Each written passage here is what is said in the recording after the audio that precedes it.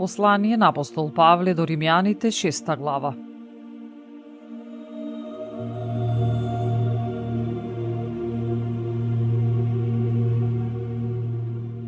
Што пак да речеме? Ќе останеме ли во гревот за да се наголеми благодатта? Никако. Ние, кои сме умреле за гревот, како да живееме во него уште?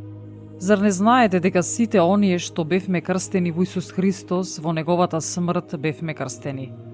И така, ние се погребавме со него преку крштавањето во смртта, за да можеме, како што Христос воскресна од мртвите преку славата на Отецот, и ние така да живееме нов живот.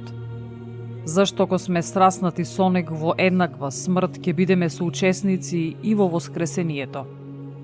Знаејќи дека нашиот стар човек е распнат со него, за да биде уништено гревовното тело, па да не бидеме веќе робови на гревот, бидејќи кој е мртов, тој е ослободен од гревот.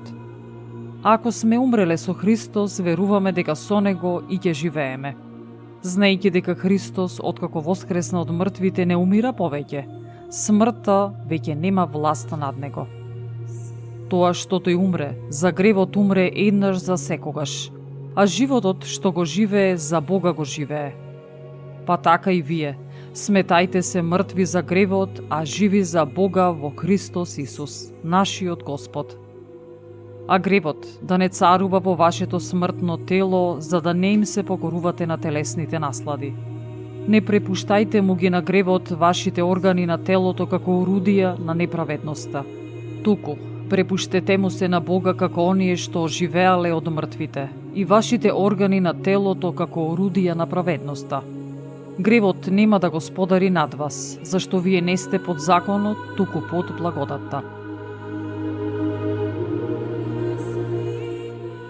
Па што ли?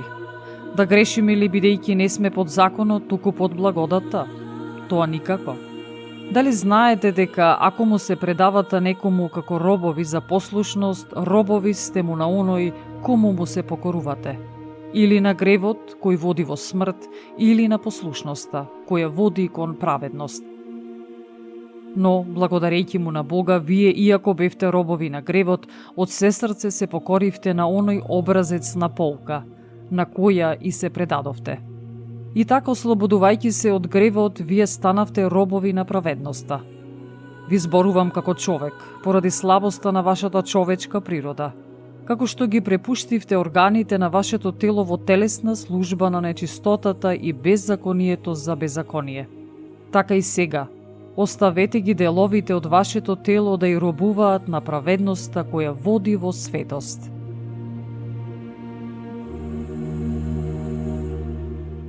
Додека му бевте робови на гревот, бевте слободни од праведноста. А каков плод имавте тогаш? Дела од кои сега се срамувате, бидејќи нивниот крај е смртта. Но сега, кога се ослободивте од гревот и му станавте служители на Бога, имате плод кој води во светост, а на крајот живот вечен. Зашто платата што ја дава гревот е смрт, а подарокот од Бога е живот вечен во Исус Христос, нашиот Господ.